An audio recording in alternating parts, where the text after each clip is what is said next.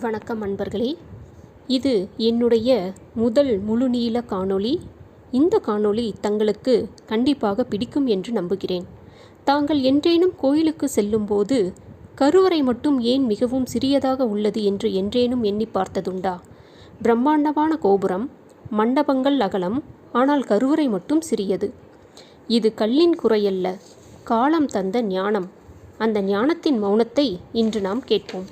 பண்டைய அரசர்கள் வாள் ஏந்தியவர்கள் மட்டுமல்ல, அவர்கள் ஆகமம் அறிந்தவர்கள். வானியல், நிலவியல், மனவியல் அனைத்தும் உணர்ந்தவர்கள். அதனால்தான் கோயில் கட்டிடமல்ல, சிந்தனை சாதனமாக விளங்குகிறது. கருப்பை தத்துவம். கரு உயிரின் ஆதாரம், அறை அதன் தளம். கருவறை இறைவன் இருப்பிடமல்ல, இறைவன் பிறக்கும் நிலை. அதனால்தான் வெளி அகலமல்ல, உள்ளம் ஆழம். பரந்த வெளியில் சக்தி சிதறும், சுருங்கிய இடத்தில் சக்தி செரியும். ஆகமமும் இதையே சொல்கிறது.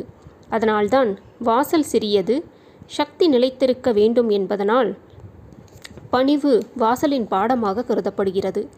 கருவறை முன் மனிதன் தலையை தாழ்த்துகிறான். அவனை யாரும் சொல்லவில்லை, வாசலே சொல்லுகிறது. உயர்ந்து நுழையாதே, பணிந்து நுழை என்று. அகந்தை குறைய அருள் பெருகும். கருவறையின் இருள் அறியாமை அல்ல, அது அகக்கண் திறக்கும் மௌனம். தீப ஒளியில் இறைவன் தோன்றும்போது சிலை மறைந்து சத்துவம் நிற்கும். கருவறை வாசல் ஒரு கதவு அல்ல, அது மனித அகந்தைக்கு வைக்கப்பட்ட எல்லை. சுருங்கினால் உள்ளே நுழையலாம், பணிந்தால் பரம்பொருள் தெரியும்.